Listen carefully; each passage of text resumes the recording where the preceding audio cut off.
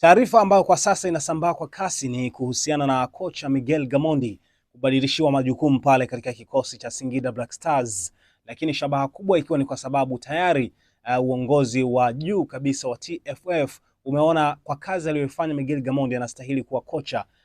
wa kudumu sasa, ama kocha mkuu wa kikosi cha Taifa Stars baada ya kupewa nafasi kama kaimu kocha mkuu akiongoza Taifa Stars katika mashindano ya AFCON, lakini akiwa na benchi la ufundi pia akisaidizana na kina Ahmad Ali, lakini akisaidiana pia na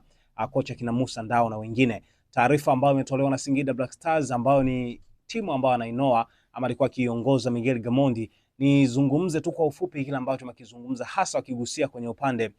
wa kocha Miguel Gamondi. Taarifa hiyo wamezungumza mengi, lakini miongoni mwa vitu ambavyo vimezungumzwa kuhusiana na benchi lao jipya la ufundi ni pamoja na kwamba klabu ya Singida Black Stars imembadilishia majukumu kocha Miguel Gamondi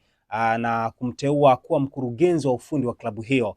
Lakini aidha klabu haina pingamizi lolote kwa kocha Miguel Gamondi kuteuliwa kuwa kocha mkuu wa kudumu wa timu ya taifa Tanzania Taifa Stars endapo mamlaka husika zitaona nafaa katika nafasi hiyo. Kwa Singida Black Stars wametoa maua yao, wametoa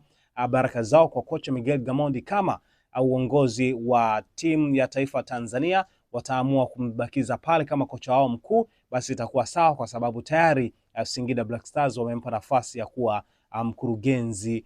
wa ufundi na si kocha wa timu hiyo. Lakini nafasi hiyo ya Miguel Gamondi amepandishwa tena ambaye alikuwa kocha wa kikosi hicho cha Singida Black Stars, Mkenya, namzungumzia David Ouma,